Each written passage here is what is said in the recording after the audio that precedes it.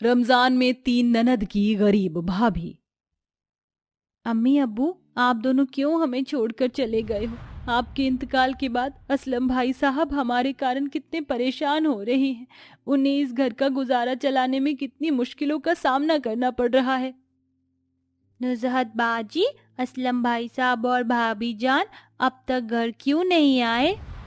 हालिया, बाजार में खरीदारी करने में काफी वक्त लगता है। अल्फिया, नुजहत और आलिया, ये तीनों गरीब बहनें अपने छोटे से घर में अपने मरहूम अम्मी अब्बू की तस्वीर को देखकर उदास हो रहे थे। तभी तीनों बहनों का भाई असलम अपनी बीवी शाहिदा के साथ घर आता है। अल्फिया अपनी बहनें और भाई भाभी जान के साथ अपने छोटे से घर में रहकर काफी गरीबी हालात में अपनी जिंदगी गुजार रही थी। कुछ महीने पहले ही असलम के अम्मी अब्बू इंतकाल कर चुके थे। तभी अकेले असलम के ऊपर ही अपने इस परिवार की पूरी जिम्मेदारी आ चुकी थी। असलम रौनकपुर गांव में अपने इस परिवार के साथ रहता है। वो उसी गांव में एक कारखाने में मजदूरी का काम करता है, जिसकी रोज की कमाई 300 रुपए के करीब थी। अच्छा, आज ना मैं बिरयानी बना रही हूँ, तो तुम तीनों आज मेरी खास मदद करना। जी भाभी जान, जरूर। अच्छा, मैं भी अपने काम पर जाता हूँ। शाहिदा, मेरी तीनों बहनों का ख्याल रखना। असलम घर से बाहर आता है। मैं जानता हूँ अम्मी अब्बू के इंतकाल के बाद अल्फिया, नुज़हत, आलिया काफी उदास रहने लगी हैं। अब मुझे ही अपनी बहनों की खुशियों को पूरा करने का जरिया बनना होगा। तभी असलम उसी गांव में एक कारखाने में आकर काम करने लगता है, तो अचानक कारखाने की छत का एक हिस्सा टूटकर असलम के ऊपर गिर जाता है और असलम का इंतकाल वहीं पर हो जाता है। अब असलम के इंतकाल की खबर सुनकर उसकी बीवी और बहनों का रो रो कर बुरा हाल होने लगता है। कुछ दिन बाद, मेरे शौहर क्यों हमें अकेला छोड़कर चले गए? या अल्लाह, अब हम किसके सहारे जिएंगे? असलम के इंतकाल के बाद शाहिदा और उसकी तीनों नंद काफी टूट चुके थे। जैसे तैसे 2 महीने का अरसा गुजर जाता है। अब शाहिदा के घर गरीबी और भी ज्यादा बढ़ चुकी थी। अब उनके घर का अनाज सब कुछ खत्म हो चुके थे। एक सुबह, अल्फिया, नुजहत, अब जिंदगी का गुजारा करने के लिए मुझे ही बाहर जाकर काम करके पैसे कमाने होंगे। भाभी जान, क्यों हम यतीम हो गए? पहले हमारे अम्मी अब्बू चले गए और अब भाई साहब भी। अल्फिया, ये सब अल्लाह की मसलियत है। बस अब हमें दुआ करते रहना चाहिए कि अल्लाह तुम्हारे भाई साहब की मगफिरत अता फरमाए और उन्हें जन्नत में आला वो अरफा मुकाम अता फरमाए। तभी शाहिदा गांव में आती है और काम की तलाश में घूमती है, पर उसे सही काम नहीं मिलता। तभी शाहिदा एक स्कूल के बाहर एक पेड़ के नीचे बैठ जाती है। या अल्लाह, मेरे शौहर ने अपनी बहनों की जिम्मेदारी मुझे दी है। अब मैं क्या करूं, कहाँ काम करूं? तभी शाहिदा को सामने स्कूल में एक महिला ग्राउंड में झाड़ू लगाते दिखाई देती है। ये देख शाहिदा उसके पास आती है। सुनिए बाजी, क्या मुझे आपकी तरह से स्कूल में काम मिल सकता है? मुझे काम की बहुत जरूरत है। बाजी, आपको काम की जरूरत क्यों है? दिखने में तो आप काफी अच्छे घर के लगते हो। तभी शाहिदा नसीम को अपनी जिंदगी की सारी परेशानियां बताती है।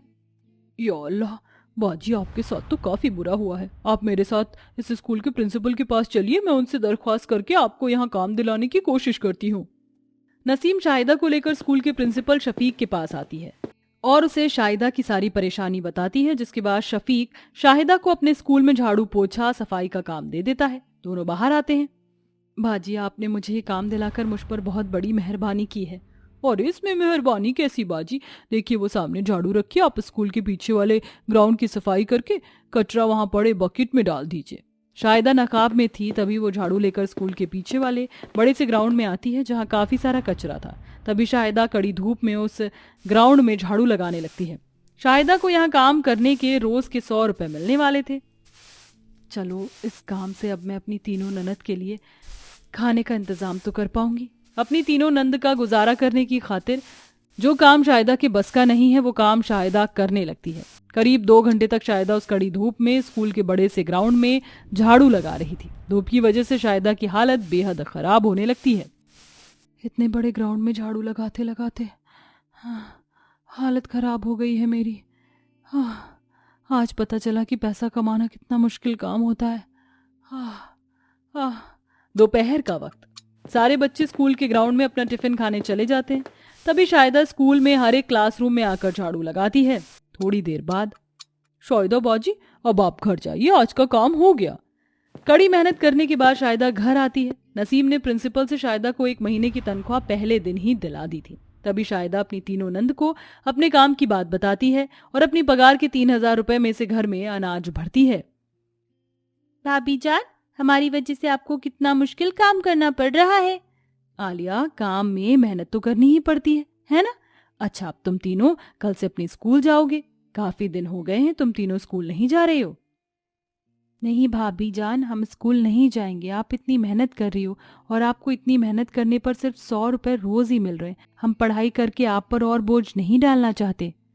अल्फिया, तुम्हारे पढ़ाई करने से सबसे ज्यादा खुशी मुझे ही होगी। भाभी जान, आप हमारी पढ़ाई का खर्च कैसे दोगे? आपकी कमाई तो कितनी कम है।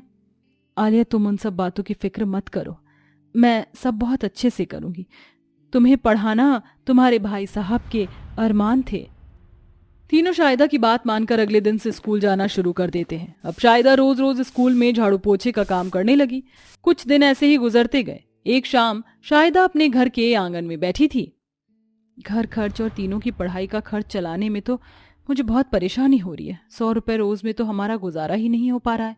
लगता है अब स्कूल के साथ साथ मुझे कहीं और भी काम करना होगा ताकि मेरे पास पैसे ज्यादा आ सके।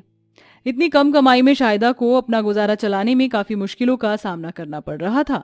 रात का वक्त, रोज की तरह शाहिदा आज भी दाल रोटी ही बनाती है। भाभी जान, फिर से दाल रोटी बनाए आपने? आप तो रोज दिन में दाल चावल बनाते हो और रात को दाल रोटी। आप तो दूसरे कोई पकवान ही नहीं बना रहे। आलिया, तुम तो हमारे हालातों से वाकिफ हो ना। हम कितनी मुश्किलों का सामना करके अपनी जिंदगी गुजार रहे हैं। जैसे जैसे हमारे हालात बेहतर होते जाएंगे, मैं तुम्हारे लिए दूसरे अच्छे पकवान भी बनाऊंगी। तीनों खाना खाने के बाद सो जाते हैं। उसके बाद अगले दिन शाहिदा उसी गांव के एक अमीर इकबाल मियाँ के बड़े से घर के बाहर से जा रही थी। तभी उसे इकबाल के घर के बाहर एक पर्ची पर कुछ लिखा दिखाई देता है, जहां लिखा था, यहाँ एक मुलाजिम की जरूरत है। जनाब, इकबाल साहब को अपने घर पर एक मुलाजिम की जरूरत है। क्यों ना मैं इनके घर पर काम करूं? यहाँ काम करने के मुझे अच्छे पैसे मिल जाएंगे। शाहिदा इकबाल के घर के अंदर आती है और सारी बातें इकबाल से होने के बाद इकबाल शाहिदा को अपने घर में बर्तन झाड़ू पोछा लगाने का काम दे देता है। जनाब, मैं आपके घर दोपहर से काम करने आऊंगी। मैं गांव की एक स्कूल में भी काम करती हूँ। अरे कोई मसला नहीं, तुम दोपहर से काम पर आना। इकबाल के घर का काम करने के बाद अब शाहिदा को रोज के 100 रुपए मिलने वाले थे और स्कूल के काम के 100 रुपए। बहरहाल कई महीने यूं ही गुजर जाते हैं। रमजान का महीना शुरू हो चुका था। तभी शाहिदा अपनी तीनों नंद के साथ रमजान की पहली सहरी करती है। सहरी के लिए शाहिदा ने दाल चावल और रोटी बनाई थी। भाभी जान, आज इफ्तार के वक्त आप बिरयानी बनाना और रोज इफ्तार सहरी के वक्त अच्छे अच्छे पकवान बनाइएगा। रमजान में हमें अच्छे अच्छे लजीज पकवान खाने में बड़ा अच्छा लगता है। इसी तरह तीनों नंद शाहिदा को अपनी खाने की ख्वाहिशात बताते हैं। या अल्लाह, मैं तो रोटी नमक 2 वक्त के खाने का इंतजाम ही बड़ी मुश्किल से कर पा रही हूँ। अब मैं अपनी ननद के ख्वाहिशात कैसे पूरे करूं? अगर मैं इनकी खुशियों को पूरा ना कर सकी तो कल हश्र में मैं अपने शौहर को क्या मुंह दिखाऊंगी कि उनके जाने के बाद मैं उनकी बहनों का ख्याल भी नहीं रख पाई। अब कैसे बनाऊं मैं अपनी नंद के लिए अच्छे पकवान? मेरे कमाए सारे पैसे तो इनकी स्कूल और घर की जरूरतों में खर्च होने लगे हैं। थोड़े वक्त बाद शाहिदा रोजे की हालत में कड़ाके की धूप में स्कूल में आकर काम करती है। स्कूल के ग्राउंड की सफाई करते करते उसकी हालत खराब होने लगती है। शाहिदा बाजी, रोजे में इतना काम मत कीजिए वरना आपकी तबीयत खराब हो जाएगी। मुझे काम खत्म करके इकबाल साहब के घर भी जाना है बाजी। शाहिदा झाड़ू लगाने लग जाती है। या अल्लाह, शाहिदा बाजी को कितनी मुश्किलों का सामना करना पड़ रहा है। थोड़ा वक्त बीत जाने के बाद शाहिदा दौड़ते हुए इकबाल के घर आती है और उसके घर में सफाई काम करती है। इसी तरह कुछ दिन गुजर जाते हैं कि एक दिन, शाहिदा बाजी, अपने गांव के इरफान दर्जी है ना, मैं उनसे रोज कपड़े सिलाई करने लाती हूँ। वो एक कुर्ता सिलाई करने के 50 रुपए देते हैं मुझे। आपको सिलाई काम आता है? जी बाजी, आता है ना। मेरे घर पर पुरानी सिलाई मशीन भी है। मुझे भी दर्जी साहब से काम दिलवा दीजिए ना बाजी। तभी नसीम उसी गांव के दर्जी इरफान से कहकर शाहिदा को कपड़े सिलाई का काम दिला देती है। अब शाहिदा सारा दिन काम करने के बाद देर रात तक इरफान दर्जी के दिए कपड़े सिलाई का काम घर में करने लगी। 4 दिन बाद शाहिदा के पास अच्छे पैसे आ चुके थे। चलो आज अपनी तीनों नंद के लिए इफ्तार में बिरयानी, सब्जी और भी कई सारे पकवान बनाती हूँ, और साथ में कुछ तल कर बाहर से फल फ्रूट भी लेकर आती हूँ। तभी शाहिदा घर में बिरयानी, सब्जी और भी तरह तरह के लजीज पकवान बनाती है और साथ में कई सारे फ्रूट भी लाती है। शाम का वक्त, सब इफ्तार करने बैठे थे, तभी इतना सब देखकर शाहिदा की तीनों नंद बड़ी खुश हो जाती हैं। माशाअल्लाह भाभी जान, आपने कितने किस्म के पकवान बना लिए। तुम्हें यही सब खाना था ना। उसके बाद शाहिदा और उसकी तीनों नंद इफ्तार करके रोजा खोलते हैं और सब वो सारे पकवान खाकर अल्लाह का शुक्रिया अदा करते हैं। भाभी जान, आज हम बहुत खुश हैं, कितने दिनों के बाद हमें इतना अच्छा खाना खाने को मिला है। जी भाभी जान, आपका बहुत बहुत शुक्रिया कि आप हमारा इतना ख्याल रख रहे हैं। या अल्लाह, तेरा लाख लाख शुक्र है कि आज तूने मुझे अपनी तीनों नंद की खुशियों का जरिया बना दिया। उसके बाद शाहिदा कमाई करके रोज रोज ऐसे ही लजीज पकवान बनाने लगी और अपनी तीनों नंद को खिलाकर खुशी खुशी उनके साथ जिंदगी गुजारने लगी।